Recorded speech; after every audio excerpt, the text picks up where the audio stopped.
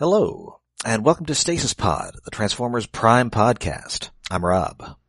I'm Jen. And I'm David. And today we are looking at episode 31 of Transformers Prime, part 2 of Operation Bumblebee, the exciting conclusion. Dun dun dun. But no part 3, but we've only had part 3s for 6 episodes in a row. It has, I don't think Transformers Prime has had a two-parter yet. No? No? Not explicitly. Go big or go home. That's right. So, this was written by Nicole Dubik, and first aired March 17th, 2012. And thankfully, Bumblebee had the luck of the Irish, because when we last saw him, he was just careening off a cliff. You know. Yeah, at the end of like a Commander Cody cliffhanger serial, and when we do come back after the previously on bit, it's like they just have him in the med bay. Like we don't get to see how he landed, them picking him up or anything. I mean, I guess he landed just fine. Well, I mean, not so fine that they don't have to, like, fix him afterwards. I mean, they already have to fix him afterwards. Yeah, because Ratchet is all, listen, you not only can't transform, you also can't talk. Like, what parts of you are there left to destroy? You can't just go out. And of course, Bulkhead is also in hot water for letting him come with him. Yeah. He talked him into it. Yeah. And so Ratchet has come up with a radical solution. He's going to transplant his own transformation cog into Bumblebee, because it's not like he ever leaves the base much. Yeah, I mean, he's got a good point there. It's not like he's using it. Yeah. It kinda yes, but like he's also suggesting radical body modification when he's the only qualified doctor in residence. Yes, well, this does come up. It just... Yes. It does, but like, the first obvious conclusion I came to is, well, why don't you use the corpse of a Viacon? You've killed like 100 of them. Maybe those aren't compatible. Yeah, maybe it's like, I was gonna say like ground vehicles or something. They're cars. But I guess they do have car Viacons. Yeah. Maybe then we get back to like the occasional like Autobot Decepticons as like having some more significant difference than just, moral beliefs.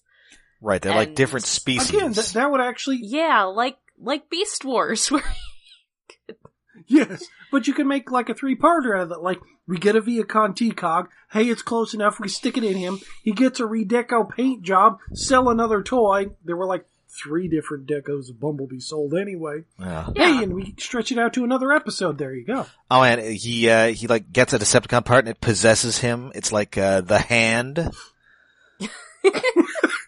I was just thinking it makes him a little more wicked. Uncontrollable, but yeah. Evil Bumblebee with his evil beeping. Sinister. Making him transform without his own command would be interesting. Like if his vehicle mode... Oh, you could do a Jekyll and Hyde. His vehicle mode is evil. Oh, and he transforms from like Bumblebee to the Wraith. Ooh. Yeah. We just invert the yellow and the black. They did release that one, I think. But I don't... They did. I think I have that one. Like stealth or something. Yes, that's why he has a big yellow stripe on him. Yeah. It's important part of camouflage. I mean, zebras aren't solid black. Yeah. Well, that way, so he's camouflaged from above, so he looks like street, like... Oh yeah, like the yellow lines. There we go.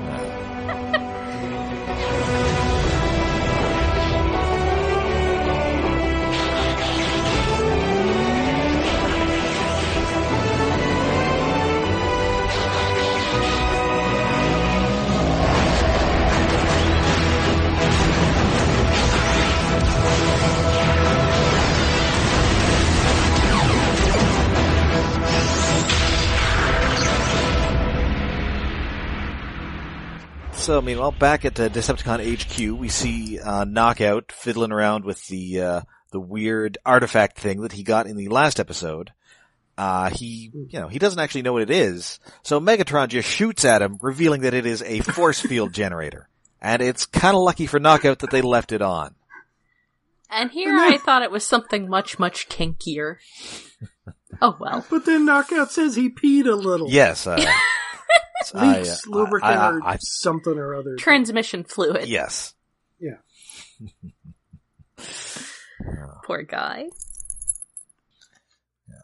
Meanwhile, the Starscream Silas alliance continues apace. They have found an energon deposit, and Starscream will not shut up about how he was trying to tell Megatron that, hey, we, like, the Autobots have human buddies. We also needed human buddies. Yes.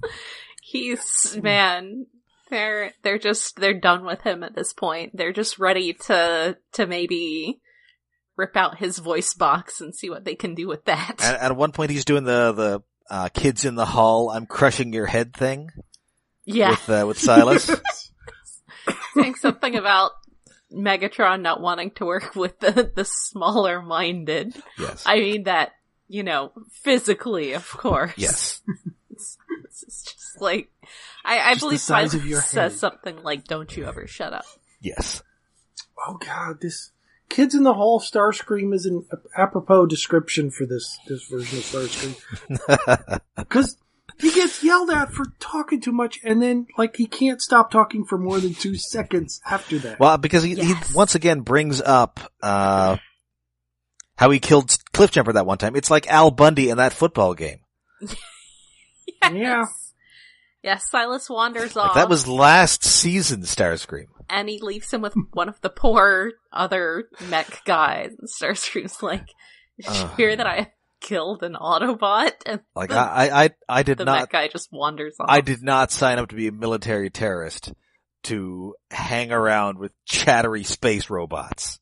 Poor Starscream.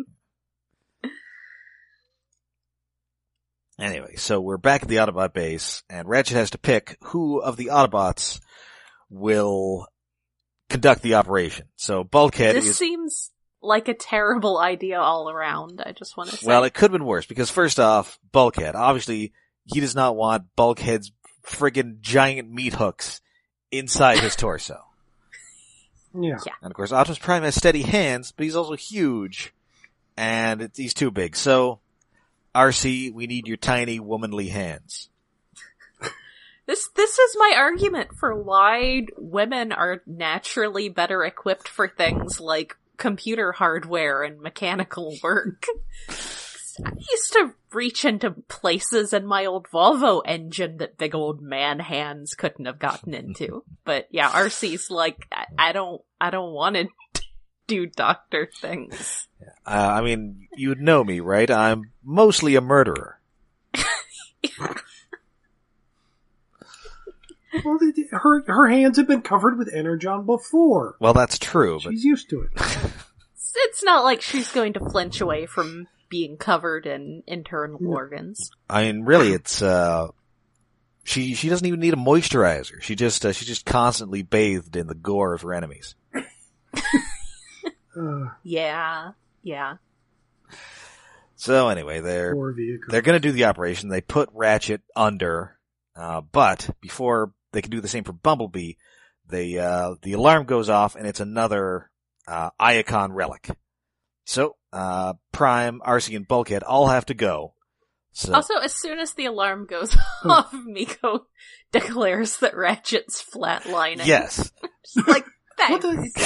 Kind of sounds like, and before that, she muses like, if they're swapping T-cogs, will Bee now transform into an ambulance? And will he be like an old man?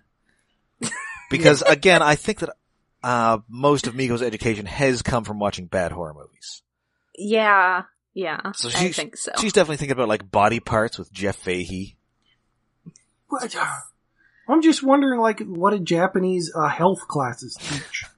I mean, listen, she wasn't attending those classes. No. Yeah, she skipped a lot. The only thing she's attending is detention. And even then, 50-50. Yeah. This is true. So they take off, just in time for Agent Fowler to call, and Bumblebee is the only conscious person there.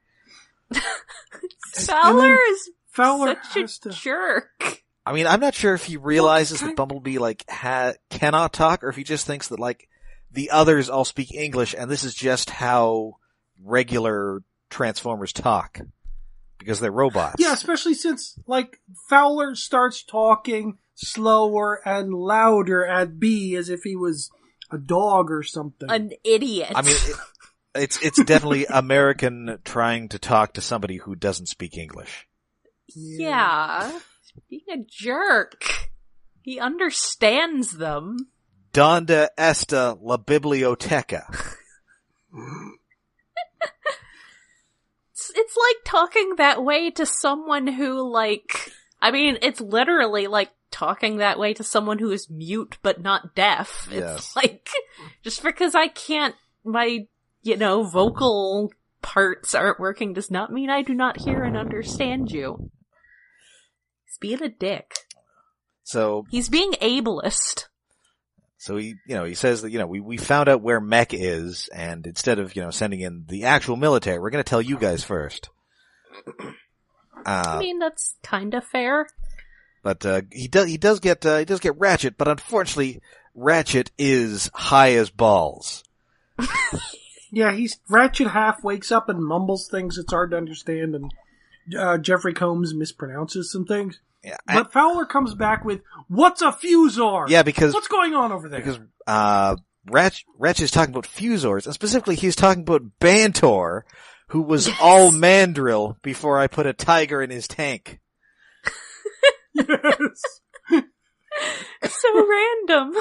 Which is amazing because, we talked about this a jillion years ago when we did Beast Wars, but there was a whole line of fusors. Only 2 of them made it to the show, but there were a bunch who were just toy line only. And one of those was Bantor, a guy who was half tiger, half mandrill. And for reasons. And I had him, and he was neat. Fortunately, the most distinctively mandrill end of him was the end that was a tiger, so... Yes, he didn't... That's for the best Actually, I think he did have, like, a monkey tail.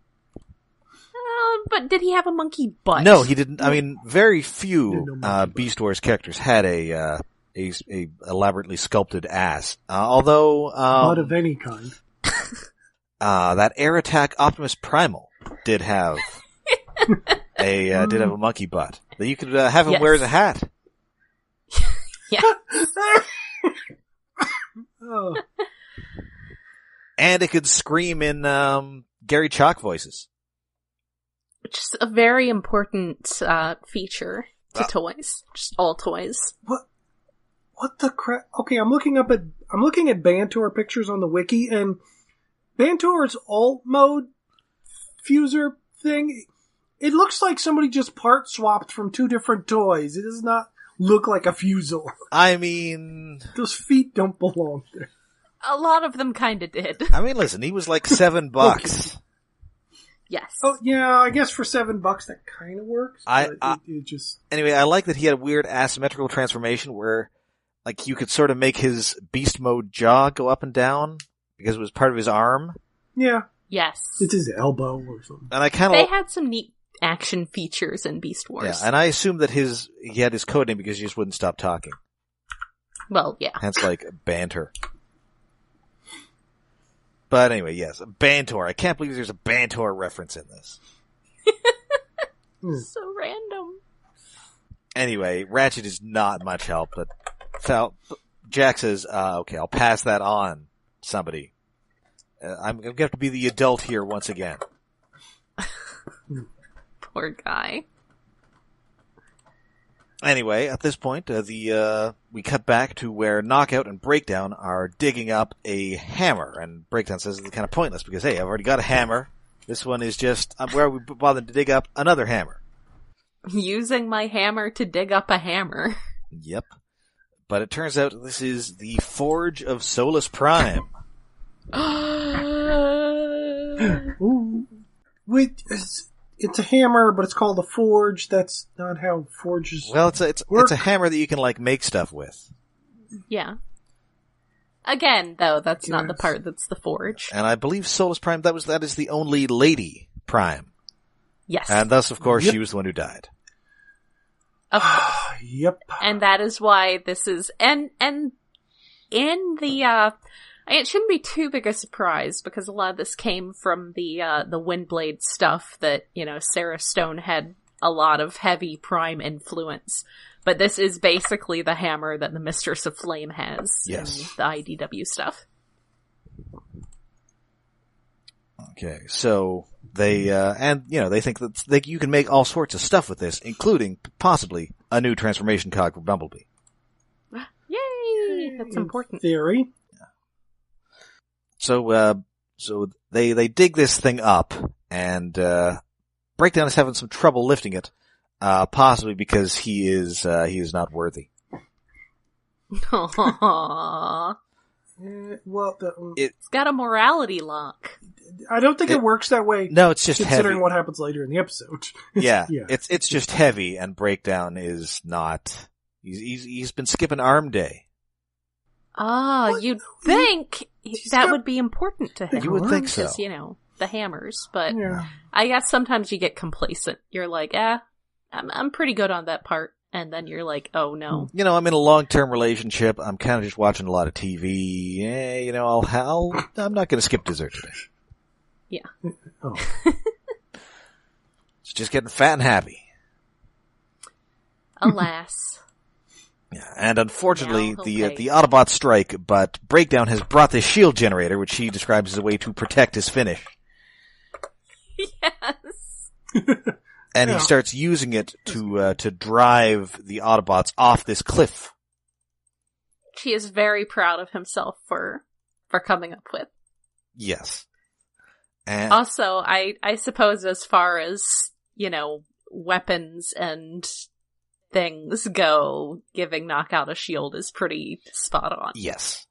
Oh, I gotta know, I forget exactly at what point it is, but I think the quote is from Knockout says, "Time to get a grip," and I think he said it while Breakdown was bending over to pick up the hammer. Yes. I mean, just you. get a grip on the hammer, not anything else. Just that line in that visual stuck in my head, and I forget exactly where it is in the episode. Well, it's in the middle of the episode, of course, but where in the fight? This is acceptable. This is good. So meanwhile, Bumblebee has decided to go full on Rambo and attack Mech on his own, just as they are about to Frankenstein together their fake Transformer. Which still has a Bionicle helmet face. Yes. Or Bionicle mask face. Yeah, he's gonna go attack pack on Mech and their Bionicle, and Starscream, their ninja consultant. Yes, he is specifically a consultant. Yeah. Well, because, Silas is ordering him around. Yeah. I'm not one of your lackeys. I'm a consultant. So Bumblebee, of course, is also unarmed thanks to lacking his transformation cog. So he's just gotta take a bunch of bullets from these mech guys. But he does get this giant cauldron and roll it around. And because this is a kid show, it just kind of throws the mech guys aside instead of crushing them to a meaty paste. Bumblebee doesn't have any weapons, so he had to take a few levels in Monk. Well, I was thinking he was going Die Hard in a warehouse. That too. He should have taped the gun to his back. I guess he didn't have any lying around. Yeah. He could have stolen one from somebody else. They weren't around. Well, yeah, but most of them keep them in their hands. I guess. So he knocks these guys down, and he goes straight up Kali Ma Shakti Day with this fake mech robot. Yes. It's not a real person. It doesn't count. No. I mean, he's just taking it back. It's like somebody took out your liver and just put it in some cow carcass. If livers could survive outside of the human body for extended periods of time on their own. Yeah, because they're just chucking this thing around.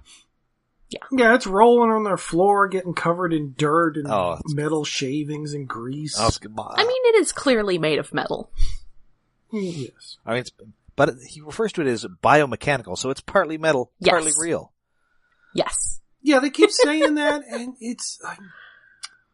I don't know, because they're sharp metal planes, they're not like the gooey movie Decepticons who ooze liquids all over the place. There's no fluids or anything. And it does like, it'd be nice if it like had a pulsating bit or something to get it across. I mean, it glows. It's just a series of gears with a few little metal flaps on the side. I'm gonna say it's like the Vision, who is a synthezoid because he has like mechanical cells. Ooh. I thought he was made of nanites now in comics. He probably is now, but originally, there was the recent series where he was made of nanites. Oh, what the crap was that? Was that Avengers That AI? him, like Victor. Yeah, it was Avengers yes, AI. Yes, that was It's it. a pretty good series. That was a pretty good series. Yeah. So anyway, Starscream ends up with this cog, and he's just taunting as Mech is booking out of there. And Starscream has this thing, and he just turns his arm into a gun and is being a real dick to Bumblebee. He is. So Just taunting him. So back at the Autobot base, Ratchet gets out of his drugged stupor, and Fowler is still on the line yelling at him. Well, he's back on the line yelling at him. So back at this mech base, Bumblebee just punches Starscream. They have a fight over the T-cog, and then Starscream just shoots it. Cause he's a jerk. Because he doesn't want to lose, and he's kind of an idiot, and I don't know. And he's just Maybe not a good choice, He's just Starscream. gloating. He's like, well, time to jet because I can. Yeah. Such a jerk. That's okay. He will come to realize that was a bad idea. Yeah, indeed. So he, he meets up back with Mech. They're all, hey, where's that T-cog you promised us? And he goes, oh, well, it was destroyed, but listen, there are plenty of Autobots, and you'll have one soon enough. And, we'll have one now. Yeah, Clancy Brown's all, yeah, that's not soon enough. And yeah, so, maybe don't hang out with black market organ thieves. yes, if you yourself are full of organs. Yes. Like last episode, I said it was like the smartest and dumbest thing Starscream has done working with Mech. The absolute dumbest thing is flying away from the hangar and then not just keep going. Yeah, you're just like, you Yeah. lost their thing, you're done with Mech now. You lost their thing, but you have a thing. Yeah. Maybe Yeah. don't give them any ideas. Because indeed, they just surround him and steal his transformation cog. Yes. And now it is he waking up in a tub of ice in a hotel room. Yep. In the middle Meanwhile, of the woods. back on the cliff face, while Optimus and RC are dealing with Knockout, Breakdown and Bulkhead are fighting because that is the thing that they always do. Yes. Yeah. It's rare that they don't. Oh, and Again, Knockout says- I do think that this version of Bulkhead is much better suited to having a rival than, say, animated Bulkhead. Yeah. yeah. Knockout says something along the lines like he deserves an Oscar Yes, for he's whatever the crap. like the and the award for best supporting use of an Iacon artifact goes to Knockout. Yes. Because yes, he's using his shield to push everybody Yes, off. it's the pretty cliff. clever. It's like a suit. Yeah, it's a reasonably good idea. He's going all Sue Richards here. Yes. Which ends up leading to, as Prime and RC are getting closer to the cliff, of course you have them backing up. You see the upshot, Foot knocking a few pebbles off the cliff and RC looking down, which ends up effectively being a panty shot of RC. Yeah, well. Because she's got like a little bit of a back skirt from her motorcycle mode on her butt. So you can't normally see her butt. But since we're looking from below, it's... You can see her butt. Thank you. I've seen too much anime and I'm attuned to the annoyance of, oh, gee, thanks for the panty shot, guys. Anyway, so while this is going on, Bulkhead hefts the forge of Solus Prime, and we get what is, I'm going to say, one of the top 5 Transformers dick jokes. What? It's up there. Because he has this thing, and he says, compares it with Breakdown, says, mine's bigger. Oh, that's why I have a note that says, Bulkhead has big dick energy. Oh, yes. Yes. Okay.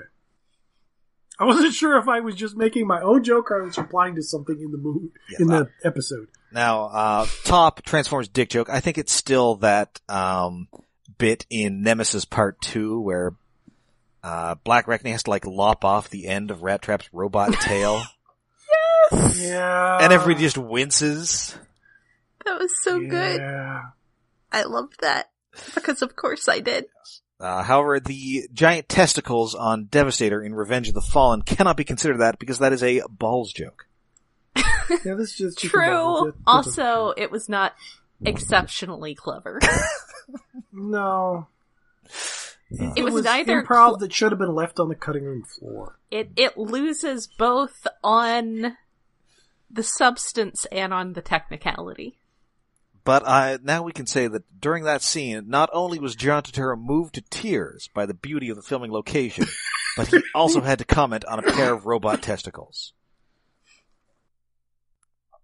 Clearly, though, one of the highlights, simultaneously a highlight and lowlight of his acting career.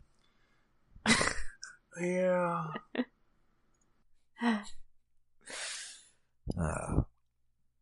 So anyway, he just smacks Breakdown with this thing, and it's kind of like, I mean, he's not actually using its special powers. It's like if you had the Infinity Gauntlet, but you just used it to, like, give people noogies. Or if you used it to punch people. Like, I mean, just because it's a big metal glove. Yeah. You don't need to use the Strength Stone just to hit someone in the face. Yeah. It's still a big metal glove. Unless you want to knock them into a moon or something. Yeah, I mean, Thanos is still a beefy guy. Yes. Yeah. Anyway, so he hits Breakdown. Breakdown lands on Knockout. Megatron then steps out of the ground bridge, shoots Bulkhead, takes the forge, they leave. So, Megatron basically sent his lackeys out to dig this up, and once it turned out to be something really good and useful, then he shows up himself. Yep, that's late stage capitalism for you. What a jerk. That's so Megatron. And at least they ended up with they lost an artifact, but they gained a better one, so I guess he's not going to yell at Knockout. Wait, did they lose They them? lost an artifact, but they gained a friend. Bulkhead crushed the shield with his hammer. Oh, right. Well, the hammer. So, we cut back to Starscream. He has woken up in a tub of ice. He's in the middle of the woods. He can't transform. And so he just has to run away when the Autobots show up. His wings do... They like twitch. Wiggle adorably. We get a truncated transformation noise. Aww. Poor guy. Oh well. And maybe be less of a jerk and not hang out with organ thieves. Yeah.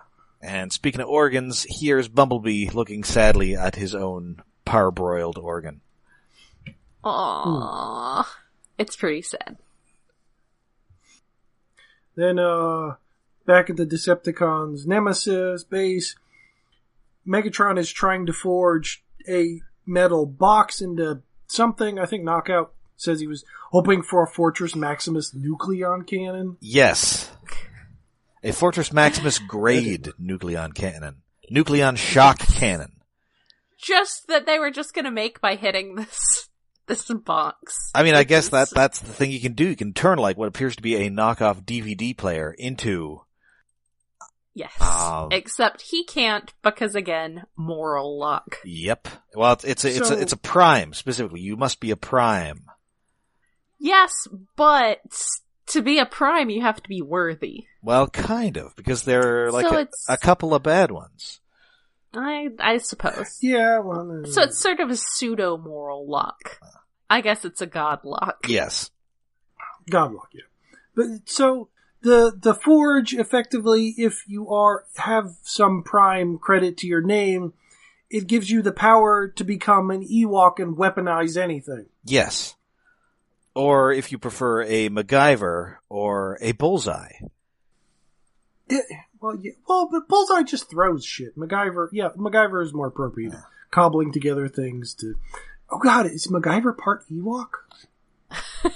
I mean... Oh, no. I mean, that mullet definitely looks like... Did we ever meet his parents?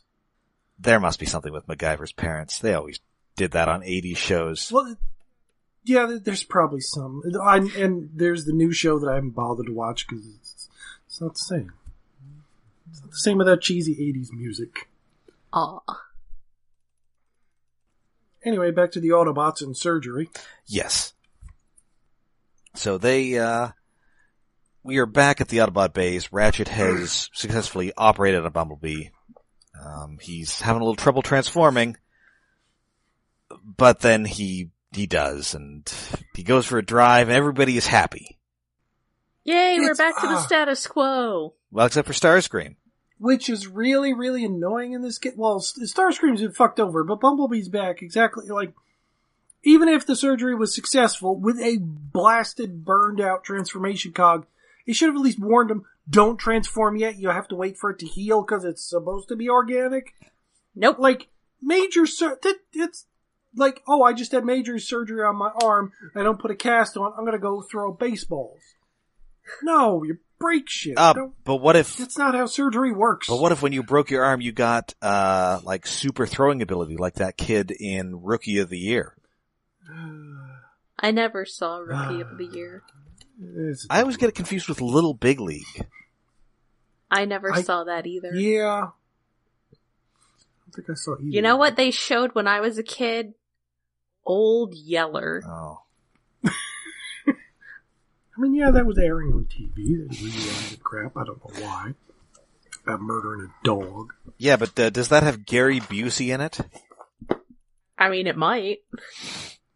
Wait, are you confusing Silver Bullet here? No, this also features Gary Busey as the mentor to a young boy, which is a terrible idea.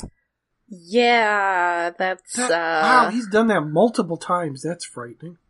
Also, I can't remember, is Gary Busey also dating his mom? I don't know. Wait, in Silver Bullet? No, Gary Busey is, I think, his mom's sister, or mom's brother. Is Yeah, Silver Bullet. Silver Bullet, they're related somehow. But I think it's like you're talking about the baseball. I think it's like a single mom situation, and I think like Gary Busey is like romancing his mother. Oh, Ew. weird.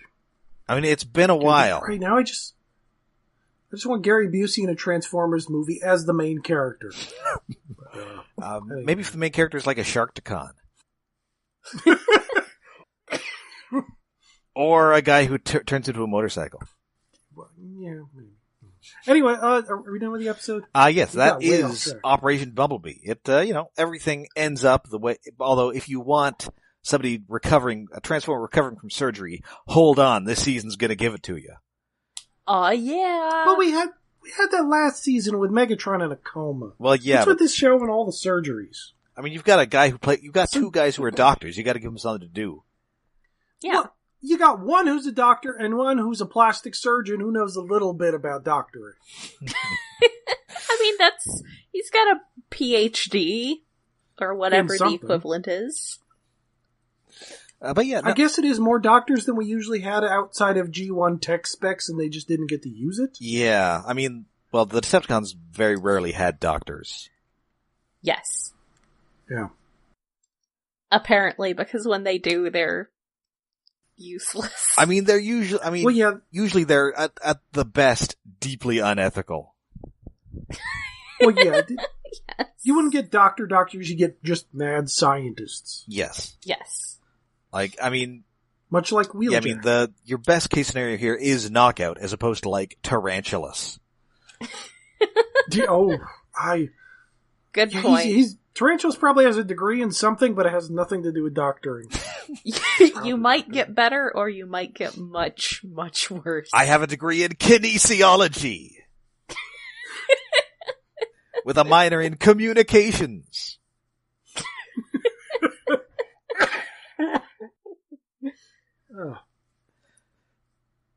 But no, I mean, Knockout is going, he'll fix you up, but he'll probably blackmail you about your weird organs or something, and he'll overcharge you. Yes. Whereas... He will absolutely overcharge you and then spend it all on, his finish. Turtle wax. Yeah. Whereas, Tarantulas, he's either taking something out of you or putting something in. And neither of them is good. Possibly you just wake up and your head is on something completely different entirely. Like little spider legs. Yeah, or your torso's full of, webbing. He drank some of your bodily fluids. Oh, this just makes me wonder if Tarantulas was putting Waspinator back together, or Waspinator was doing it himself. I'm going to say he was initially putting him back together, and then Waspinator is like, I'm doing this by myself. Yeah. No. Well, it's that one episode of Beast Wars. I think it's Chain of Command, where Megatron and Waspinator get junked, and they get out of the stasis tanks, and Scorponok is all, Megatron back! Tarantulas alone at base with Terrorsaur and Tarantulas all night. Very bad. Yeah. Poor Scorponok. Oh, I kind of miss having a guy like that it's not your number one ultra loyal dude like a Lugnut, but just some loyal schmuck. Well, I guess we kind of got that in the Viacons, but they're barely characters. Yeah. Well, speaking of guys who are loyal but are not schmucks, get ready for next episode. Oh. Loose cannons. It's new character time. Yay! But of course, Yay, we get to see a new model! Oh wait, no, it's not going to be an entirely new model. Yeah, well. Yeah. But anyway, going back to Operation Bumblebee, this was a pretty tight two-parter, and I enjoyed it. Yeah. It didn't have that filler middle episode. Yes. Yeah, it had nice implications with robot anatomy that it just kind of sweeps under the rug at the end. Well, yes. It had a lot of very good Starscream. It did indeed, and he's perhaps more screwed than ever. Poor guy. Yep. He's just getting in deeper and deeper. He just wanted to not be a second in command. Yes. And now he's just running through the countryside. Probably having a bunch of hillbillies filming him loping through the woods. Aww. Oh, Starscream is Bigfoot's. Oh no, he's where Slender Man came from. Oh my god. Bunch of teen girls stabbing each other for Starscream? That sounds like a thing that would happen. Yeah, that's BotCon. That just sounds like BotCon. I'm glad I only went to one BotCon. What the crap? Well, and now I want to see Doug Jones playing Prime Starscream. Oh wow! Ooh. Wow! A Transformers movie with practical effects. Just a bunch of guys in costumes. That would be hilarious. I mean, he could do the mocap at least. Well, yeah. Yeah. And there are occasional. I know in the first Transformers movie, Frenzy is sometimes a puppet.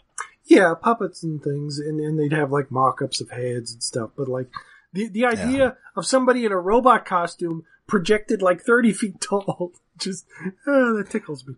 Oh, just do it like a 50s Big Bug movie. Yeah. Yes. And maybe have that guy from the Transformers theme park in the Megatron costume. Those are surprisingly neat-looking costumes. Yes. It is a neat-looking costume. He's just always berating people. Yeah. Sounds like the best job. I mean, I'm sure, but that costume has got to be hot as balls. Well, okay. Oh, I can Maybe never it's understand air conditioned. costumes mascot in anything but winter. Shit gets warm. I did full body Halloween costume one year. No. And all those theme parks are in Florida. Yeah, in California, worst places. One time I went to Orlando for BotCon. I stepped out of the airport at 10 o'clock at night and immediately broke into a sweat. Yeah. Spent the entire weekend just changing into dry shirts. not great. I should have taken more shirts. So, until next time, you can find us all over the internet. We're on Twitter, we're on Tumblr, and we're on Facebook. And Discord. And we are hosted by iaconunderground.net, where we have a Patreon set up to help with hosting fees and other expenses at patreon.com/iaconunderground. And I believe we are back on our kimono bullshit this month. Indeed we are. Hopefully with this week, it'll be out, I think. And we also have a special surprise side project coming out. Yes. Next month. Pay attention Eventually. to Twitter and such for that. Yes, what is it? Who knows? We even have a special guest on our first episode. Yes. Yeah. Yeah, we haven't had a guest in a while. No. I think our last one was on one of the kimono episodes. Oh yeah. Yeah. So, until next time, I'm Rob. I'm Jen. I'm David.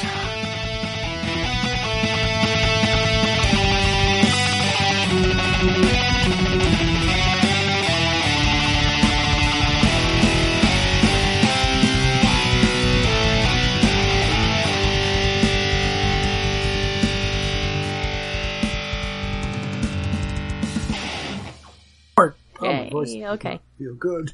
And I just want to come out of a song, an up-tempo song, and I don't want to hear about a goddamn dog dying. I can't use that as an outtake. We've done that 3 times before. How can I can't stop myself. It's terrible.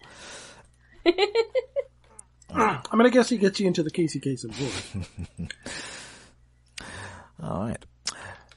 Hello, and welcome to Stasis Pod, the Transformers Prime podcast. I'm Rob.